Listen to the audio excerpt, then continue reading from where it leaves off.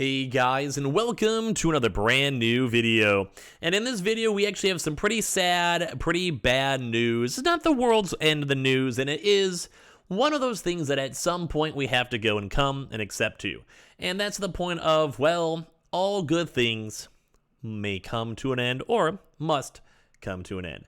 And that's kind of a little bit of sad news. If you guys have had a chance to see and kind of look through some of the Sony reports, that we actually may be finally losing and finally moving on from one of our nice and old beloved consoles. So I kind of want to give a nice little, we're going to talk about it, a nice little salute to our nice future fallen brother, the PlayStation 4. So we're going to talk about this because we actually have some official Sony statements and kind of talk about what's going on, what's their plans with it, what dates they want to be completely donezo with it.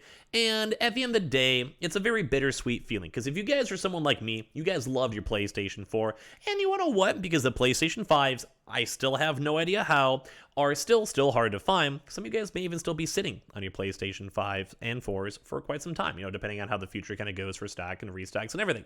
So, it's a very bittersweet video, but I think we should talk about it because it is intriguing news, and it's always intriguing to hear whenever, the good old Sony bosses themselves go and speak on up. So, a lot of stuff to go talk about, a lot of things to go cry over, and a lot of good things. And I guess if you guys will be a little bit more on the sentimental side, what has been your favorite moment so far with your PS4? Now, I have to go and say for me, I actually did a few sponsors through Sony itself, and did some cool PS4 games, such as for Ghost of Tsushima, and at the end of the day, I think that's probably one of my highlights over there. Same with Genshin Impact 2 as well, and I've kind of worked with Sony themselves on a few various projects. So, at the end of the day, it's kind of cool. So I guess that's my big moment. But if any of you guys want to go, before we go and dive in the video, leave your comments down below, and as well, go and check out all the nice little various sellout things down below, such as our brand new Samsung monitors, one of the best monitors you will ever be able to go buy for your PS5, Xbox, PC, whatever it may be. Link down below for your $50, no commitment needed, all around down there. Amazon links down below for the PS5 Digital Console Controller, Twitter and Twitch room down below, the Weeble and Coinbase down below, and pretty much everything else all down below too as well, the usual sellout stuff. And I just want to say I appreciate you guys all so much for watching.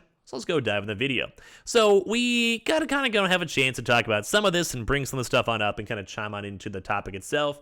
But as I mentioned, Sony, this is one of the sadder highlights, boys. That's a sad thing just to read. Sony reveals plan to officially end the PS4.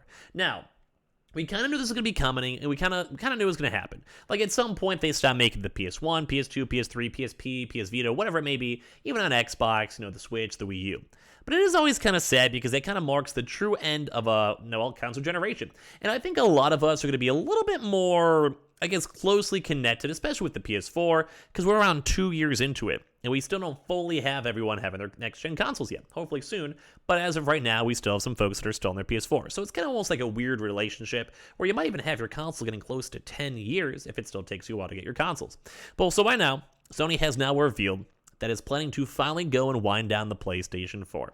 First released back in 2013, the PS4 has gone on to become not only one of Sony's most successful consoles, but it also became one of the top-selling video game platforms ever.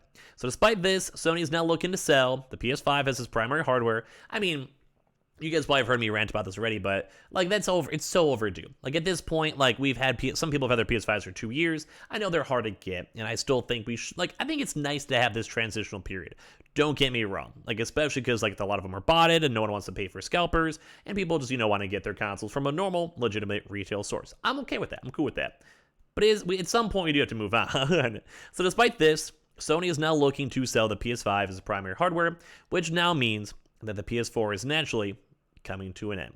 Now, thanks to new guidance, though, from Sony, which if you guys know, if you guys are in the stock market, they usually kind of give you guys the rough idea of what they want to do, what they want to plan for, and all of that. We have an idea of when the PS4 may officially be going away.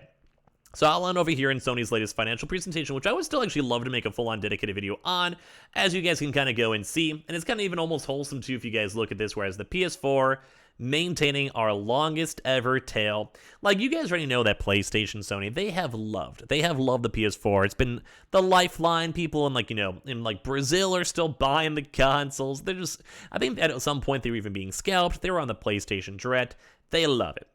Although you want to go push the PS5 and build even bigger and better platforms as time goes on. But with this, basically, there was a big financial statement for that, and they wanted to push it really hardcore that the PS4 will be gone by 2025. Now, at the end of the day, that is still kind of a long time. Like for us, if we're in 2022, the middle of it, that would be another 3 years away.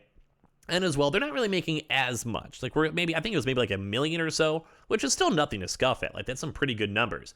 But at the end of the day, it's not as much as you'd expect. It's not crazy. It's not like, it's not trying to pull 20 million in a year. It's kind of like 1 million because it's a different chipset, so it's easier to make. And at the end of the day, it's not the end of the world if they don't make a bajillion of them.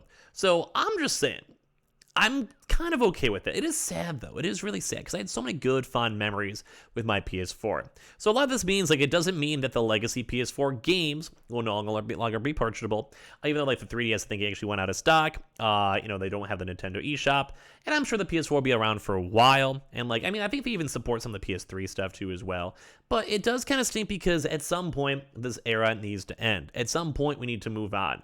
And it's never fun to, it's not fun to talk about that. No one ever likes when that ends. It's kind of the same thing for me whenever the restock grind and kind of console grind is going to be done, and I'll have to make other videos, which I think will be a fun challenge for me in the future, but it's always kind of just sad to see. But yes, Sony is clearly planning to be done with releasing new titles on the platform by this time. Obviously, I'm sure by 3 years from now, hopefully everyone will have their PS5s, or already have their PS5 Pro, either or. But instead, by 2025, Sony has projected that the majority of its revenue associated with games will be stemming from the PlayStation 5, with titles on PC and mobile also bringing in the other half of its income. Which would also make sense too, because you can kind of get rid of the PS4. Anyone who wants to become a console and stay a console gamer, they can keep on buying their consoles and keep on getting the hookup and keep on being fine, having a good old dandy time. And like I said, if you're going to be using a console, you're going to probably buy a console. If you're going to be on PC, you're probably going to keep on updating and improving your PC. So it makes sense. It is sad, though. It is really kind of sad to see them want to discontinue it. But we have this is 3 years of us to cope. This is basically your mom being hey, when you're 25, you got to get out of my house.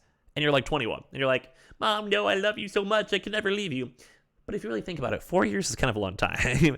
Some parents are hey, 18, you're out. That's a little too much in my opinion. But, sometimes you want to have that little time to kind of, I guess, get used to it, get acquainted with it. So, as a while, and as most people say, this obviously shouldn't be a surprise given the PS5 will be the main Sony focus for years to come, true.